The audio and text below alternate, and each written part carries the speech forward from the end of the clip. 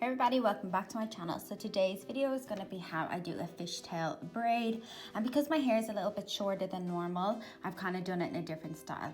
So I always like to leave a bit of hair out at the front, and I just clip that up out of the way and splitted my hair in half just to show you in one half of my hair how to do a fishtail braid. And I just start with 2 pieces of hair and take one bit of hair from one side and another bit of hair from the other side. You just repeat this step the whole way down and trying to take a similar size section as you can the whole way down.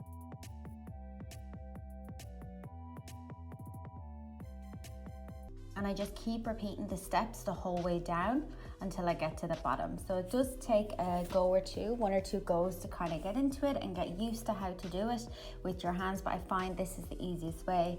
And in a few days I'm going to have some different kind of fishtail hairstyles, so this is a good one to watch a couple of times before moving up a level to do something a little bit more creative. So as you get to the bottom of the hair, it gets a little bit more trickier because there's less hair to deal with. And then once you're at the bottom, you just want to tie it off with a little elastic band.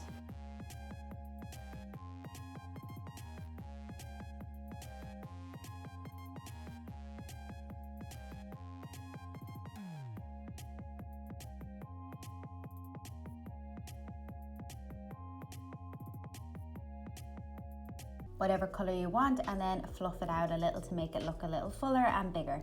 So then I kept the top of my hair intact, and I went to the back and wrapped the rest of the hair around the bottom, so it kind of looks like it's the elastic band, but it's really my hair, and this just keeps the hair intact and it's easier for working with the hair. So then with the front of my hair, I like to curl it. You can keep it straight, you can put it all away, but because I have chopped in some layers, it's a little bit more difficult for me not to keep hair out. It just works better. It frames my face a little bit better, and it's just what I like to work with. This is the Fabulous Ombre Curler, my favorite, or straightener, sorry. So it's my favorite straightener. And then I just play with it, and I like to make mine look a little messy because I tend to get messy before the end of the day. So if I start off looking messy, but it's really tight and in place, it gives off a nicer effect for me. And that's the end of the tutorial. I hope I've explained this okay.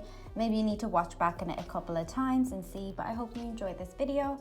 Yeah, I'll see you in the next one. Thank you so much. Don't forget to like, comment, and subscribe. Check out all my other social medias, all linked below. And also all this month, I'm doing a daily hair video. So please subscribe and turn on the notifications. And yeah, see you in the next one. Thanks, guys.